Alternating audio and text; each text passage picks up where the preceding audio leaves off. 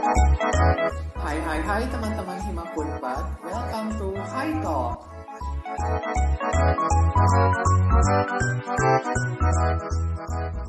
High Talk ini merupakan program baru dari Divisi Academic Development Himakun 4 2020 yang menggantikan kajian yang tadinya berupa infografis menjadi berbentuk podcast. Di episode High Talk kali ini, saya Aksal Muhammad Syahdira, mahasiswa jurusan Akuntansi Universitas Padjadjaran Angkatan 2019, sebagai staf Academic Development Himakun 4 2020 dengan topik Dampak COVID-19 bagi perekonomian Indonesia.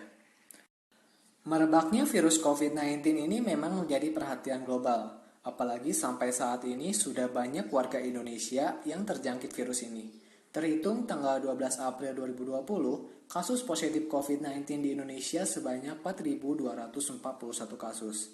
Wow, angka ini sudah termasuk angka yang banyak sekali ya, apalagi saat ini sudah banyak daerah yang termasuk kawasan zona merah dan ada pula daerah yang dilakukan PSBB atau pembatasan sosial berskala besar. Maka dari itu, pemerintah seharusnya sudah waspada akan dampak yang lebih besar, apalagi dampak di ranah perekonomian.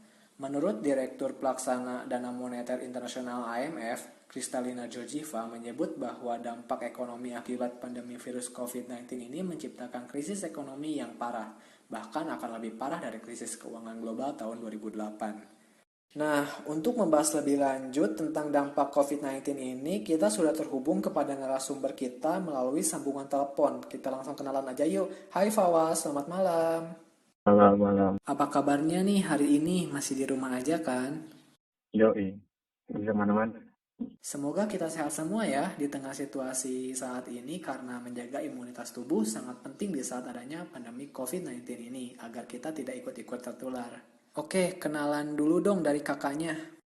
Kenalin, nama aku Maud Wassamini dari Angkatan 2019. Jurusan akuntansi ya, sama-sama jurusan akuntansi. Ya, jurusan akuntansi pasti. Oh iya, Fawaz ini merupakan staf Kastrat BEM Kema FEB Unpad. Jadi pasti udah jago nih, udah lebih tahu tentang dampak apa saja yang disebabkan COVID-19 ini di ranah perekonomian. Oke, kita langsung mulai aja nih diskusi atau high talk kita pada kesempatan kita kali ini. Nah, untuk pertanyaan yang pertama nih, sebenarnya seberapa besar sih dampak COVID-19 ini bagi perekonomian Indonesia? Buat dampak ekonomi ya, ini luas banget sih sebenarnya. Jadi kalau dilihat, kita bisa lihat dari dua sisi, dari secara makro dan mikro. Buat secara makro sendiri, jadi kalau dilihat paling jelas, itu paling ngedampak di rupiah ya. Jadi buat di rupiah, akhirnya sekarang tembus 16.000 kan, itu juga parah banget tuh. Awalnya 14.000 nih kita standby, sekarang 16.000. Dan itu kemungkinan masih bakal terus naik sampai corona ini meredam. Itu pun belum tahu kan meredamnya bakal berapa lama.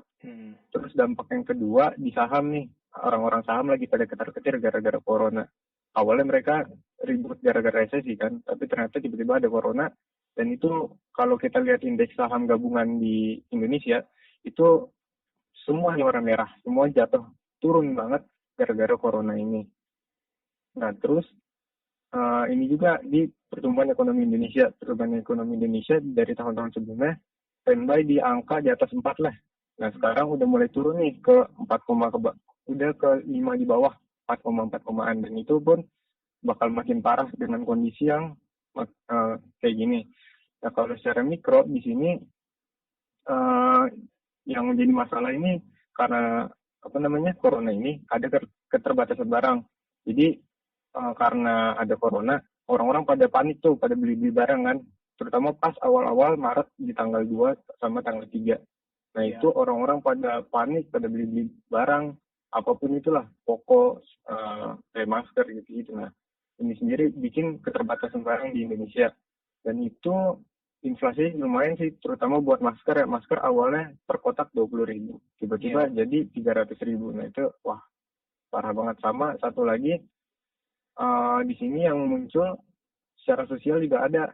Jadi kalau secara sosial ngaruh ke ekonomi, yaitu ada oknum-oknum kan yang nimbun-nimbun barang, terutama masker nih. Masker pas udah, bahkan dari sebelum ada COVID di Indonesia, itu masker udah ada yang nimbun-nimbun, makanya harganya naik parah banget. Sebenarnya COVID-19 ini asalnya dari Cina kan ya? Nah, pasti dari negara Cina atau Tiongkok ini mereka juga punya permasalahan ekonomi sendiri dong, karena adanya virus COVID-19 ini. Nah, ada dampaknya nggak sih dari perekonomian Cina itu ke Indonesianya? Oh ya, kalau itu paling jelas gini, kan Indonesia sama Cina itu hampir sama ya. Jadi Indonesia itu berpaku di ekspor komoditas. Komoditas utama Indonesia, komoditas ekspor Indonesia paling utama ekspor impor itu dari Cina. Iya. Nah, pas ada corona di Cina itu kolaps banget tuh perekonomian di sana. Nah, ngaruh ke Indonesia, jadi ekspor impornya nggak jalan. Nah, di situ juga yang bikin tadi itu stok barang pada mulai bermasalah. Hmm. Lalu nih, kan tadi udah disebutin dampak-dampak COVID-19 ini bagi perekonomian. Lalu apa sih yang harus dilakukan pemerintah atau upaya pemerintahnya untuk mengatasi dampak-dampak yang disebabkan COVID-19 ini? Kalau yang pertama ya, eh, yang paling umum sih ini soal ngejaga eh, stok-stok barang itu. Jadi pemerintah harus bisa ngejaga stok sama terutama di kondisi yang makin parah ini harus bisa ngedistribusin ke masyarakat. Kalau cara ngebatasin stoknya itu bisa macam-macam, bisa kayak misalnya pemberlakuan kebijakan sama apa namanya ya penjualnya. Jadi kalau ngejual di apa ya diubah gitu lah kebijakannya. Sama apa ini apa cek lapangan soal Ya. ketersediaan barang itu buat preventif buat sekarang sih paling apalagi sekarang mau Ramadan gitu. Nah, Ramadan pasti ini ya, kelangkaan pasti di mana-mana ya, gara-gara stok barangnya kurang sedangkan permintaannya yang berlebih. Lalu ada lagi gak sih caranya? Kalau secara apa ya, oh yang ini pemerintah tuh ngejalanin kebijakan bukan kebijakan apa yang relokasi anggaran, jadi Oh anggaran iya, semua diubah. Nah itu ada 4 yang utama kalau iya, nggak salah, ada di kesehatan, bantuan sosial, iya. ekonomi, sama satu lagi tuh apa ya, satu lagi lupa. Pokoknya di sini dilihat itu ditumpuin di bantuan sosial sama ekonomi. Nah Iya. sebenarnya di sini agak agak rancu juga sih sama sama tujuan pemerintah itu. Karena kalau di negara lain itu kan lebih ke gimana ini nih corona cepat selesai. Nah Iya. salah satu caranya ke medis kan, ke bantuan kesehatan kan. Hmm. Nah tapi kalau dilihat dari relokasi anggaran, itu lebih diutamain ke bantuan sosial sama ekonomi yang notabene itu lebih ke penanggulangan setelah corona. Nah, di Hmm. situ ada agak masalah sih di relokasi anggaran. Jadi bukan untuk mengatasi atau mengurangi penyebaran COVID-19 ini, tapi malah ke kebijakan setelahnya, gitu ya? eh, Setelahnya gitu, difokusinnya. Tapi itu Hmm. salah satu cara pemerintah juga sih, cuma itu emang banyak dikritik juga sama orang-orang. Itu paling yang paling jelas kelihatan sih, sisanya masih rancu itu pemerintah beneran ngelakuin apa enggak sebenarnya. Mungkin perlu dilihat lagi ya perkembangannya sampai sekarang gitu. Lalu mengenai masalah yang ini nih, PSBB atau pembatasan sosial berskala besar. Nah, itu pasti bakal berpengaruh ya terhadap perekonomian rakyat. Nah, itu berpengaruhnya di mananya sih? Gini kan kalau di PSBB itu kan jadi selain jarak kan juga beberapa apa namanya beberapa pekerjaan gitu kan dibatasin kan, kayak Iya, angkutan umum gitu-gitu. Terutama di Jakarta ya kan udah itu.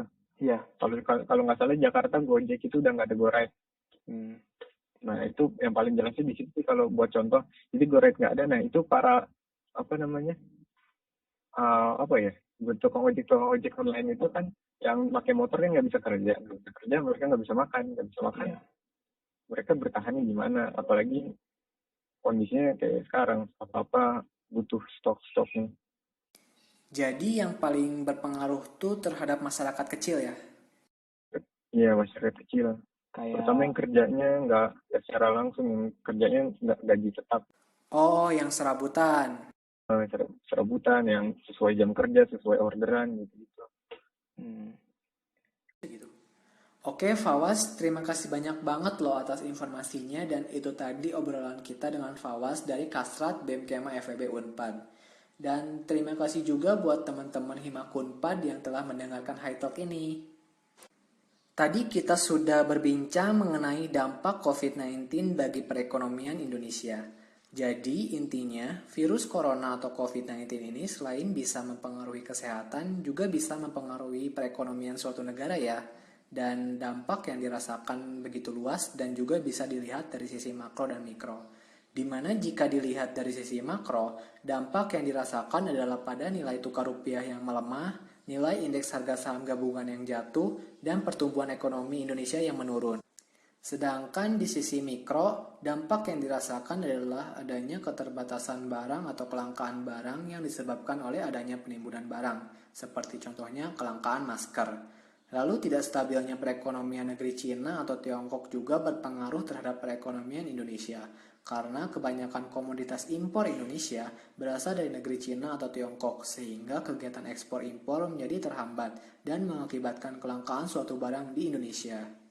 Lalu upaya yang sebaiknya pemerintah lakukan untuk menangani permasalahan ekonomi yang disebabkan oleh COVID-19 ini, pemerintah harus bisa menjaga stok barang dan bisa mendistribusikannya ke masyarakat. Lalu melakukan tindakan preventif, yaitu cek ketersediaan barang di lapangan karena permintaan barang akan berlebih karena sebentar lagi bulan Ramadan. Dan relokasi anggaran pemerintah untuk penanganan COVID-19 ini. Yang terakhir adalah kebijakan PSBB atau pembatasan sosial berskala besar berdampak pada ekonomi rakyat menengah ke bawah. Nah, itu dia tadi perbincangan seputar dampak COVID-19 di ranah perekonomian. Saya Aksal Muhammad Syadira, pamit undur diri, sampai jumpa di episode High Talk selanjutnya.